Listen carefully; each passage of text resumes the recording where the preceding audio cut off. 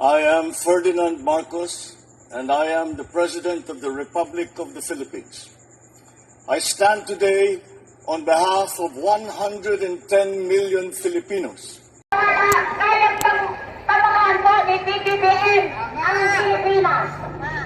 Kaya lang po, kung mayroon man po kayong narinig na allegation sa kanya, ang sinusuportahan po namin ay ang kabutihan na gawa niya. Ang nagawa niyang kabutihan ay yun ang sinusuportahan namin. Pero yung nagawang masama, hindi po kami sinusuporta. Kung mayroon man po sa mga kasamahan niya ay nakagawa ng hindi maganda, kaya po yan, sukuyin ni PBBM. Kung sino man po, aming Pangulo, ang may sala, yun po ang mananago. Kaya po, kami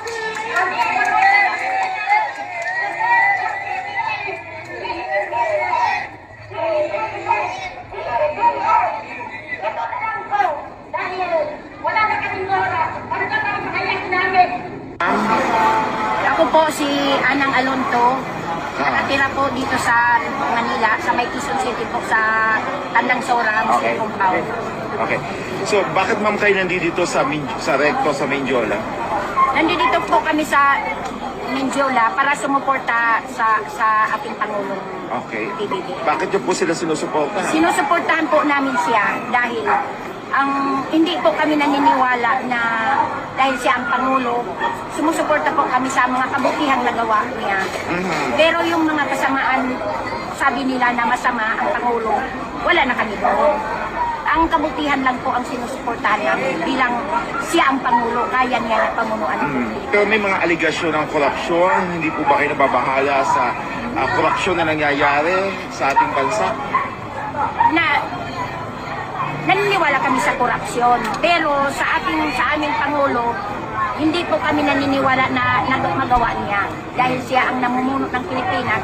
Kung sino man po sa mga kasamahan niya, sa mga babaan niya na may nakagawa ng ganon, siguro kaya ng Pangulo yan na lutasin ang mga ganyang allegation. Pero kinukundina na po ba ninyo ang korupsyon?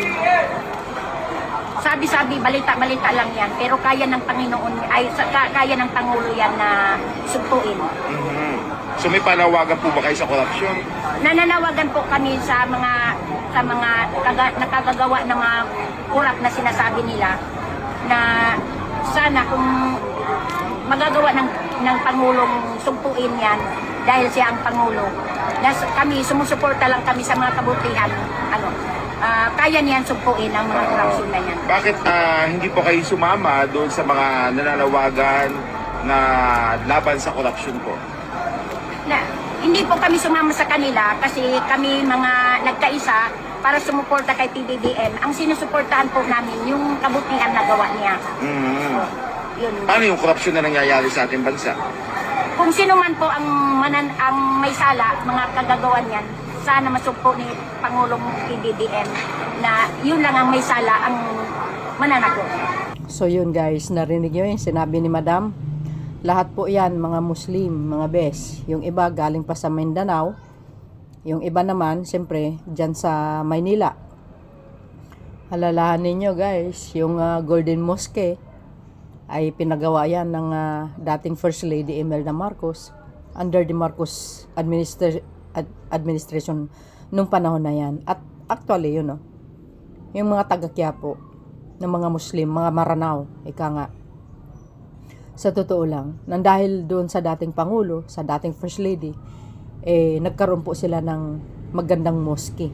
Actually, dalawa yan correct me if I'm wrong. No? So, sobrang todo suporta sila. Kung naririnig yung sinabi niya, siyempre, kung naririnig nyo yung sinabi niya, mga kababayan, is kabutihang loob ni Pangulong Marcos Jr. Kabutihang loob. Alam nyo po, si Madam, talagang nakikita rin nila itong mga Muslim na ito na ang Pangulo ay hindi po talaga sangkot sa mga maling gawain. Tulad ng korupsyon, alalahanin po natin. Dekada na po yung paninira sa mga Marcoses. Lagi ko pong sinasabi. Dekada na po. Totoo yun. Ano ang paninira? Pagnanakaw. Panahon pa ng Marcos ay Korea administration. Hanggang ngayon. Yan lagi eh. Pero mga kababayan, hindi naman nila napatunayan kasi nadidismiss ng Sandigang Bayan yung mga kasong final nila. Ang pinaka-big achievement ng Marcos administration sa mga kaso na yan is nanalo po sila sa international sa Amerika. Diyan pa lang, no, 'di ba? Yung pagkapanalo ni dating First Lady Imelda Marcos. Napaka big achievement and big blessing sa pamilya Marcos. Why? Natalo yung kalaban eh. So ibig sabihin, gawa-gawang istoryahe. Kaya yung mga mga dilis ngayon, ginagaya nila yung mga panahon na yun. Pinipilit nilang gayahin. Especially yung true people power, may nangyari ba? Wala. Kasi gising na po ang sambayan ng Pilipino. As you can see guys, maraming Marcos loyalists sa iba't ibang dako ng Pilipinas na talagang suportado ang Pangulo. Lalo na ngayon, nakikita nila yung kawang-gawa ng Pangulo. So do you think, yung mga yan, naniniwala sa mga paratang ng, side ng salot, na impacta, through Saldico, Gutesa? No, hindi. Obvious na obvious. 'Di ba? Yung paninira, biro mo tatargetin mo yung Pangulo ng Pilipinas. Sino ba naman naniniwala, 'di ba? Kundi yung mga BOB o mga dilis lang. 'Di ba? Pakana nila 'yan eh. Part ng destabilization. Real talk po 'yan. 'Di ba? So itong mga kababayan natin, talagang nagpapasalamat tayo sa mga kababayan nating mga Muslim. Doon pa nga, yung may video tayong unang in-upload kanina. Di ba? Nakita nyo? Wow. Sobra. Diyan, sa Davao de Oro, dami palang Marcos loyalists. Na-shock talaga ako guys, sa totoo lang. So, dito sinabi ni Madam, ano man ng paratang kay Pangulo, hindi po sila naniwala. Kasi gawa-gawa lang talaga yan. Biro mo, Pangulo ka ng Pilipinas. Ikaw nag-expose, tapos ikaw pang nagnakaw. Wow! Saan ka makakita nun? Yan mga naratibong black propaganda ng mga DDS talaga, basang-basa na talaga. Hindi siya naniwala. Siyempre, sabi ng ate ni Madam, si Pangulo ng Pilipinas yan kaya niyang sugpuin itong mga magnanakaw. Kaya nga, pinipilit nilang pabagsakin kasi ipinapahid, binabalik kay Pangulo na siyang nagnakaw. Lalo, ginagamit lang nila po yung ginagamit lang po nila yung GAA 2025 na issue. Biro nyo yun. Yun ang ginawa nilang sandalan para lang madiin ng Pangulo kay Sosya daw nagperma. Di ba? Kaya imposible na walang alam ang Pangulo.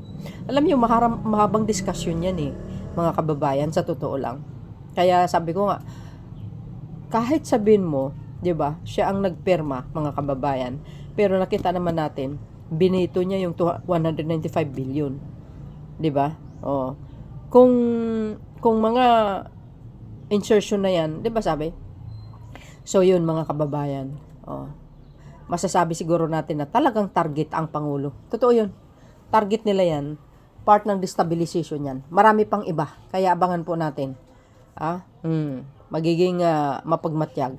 So 'yun guys, maraming salamat sa inyong watching. Thank you. Ayan. See you again on my next upload. Bye and babus. God bless Philippines. Mahaba yan yung rally nila kahapon. As in, sobrang haba. So, yun mga beswa. Babus!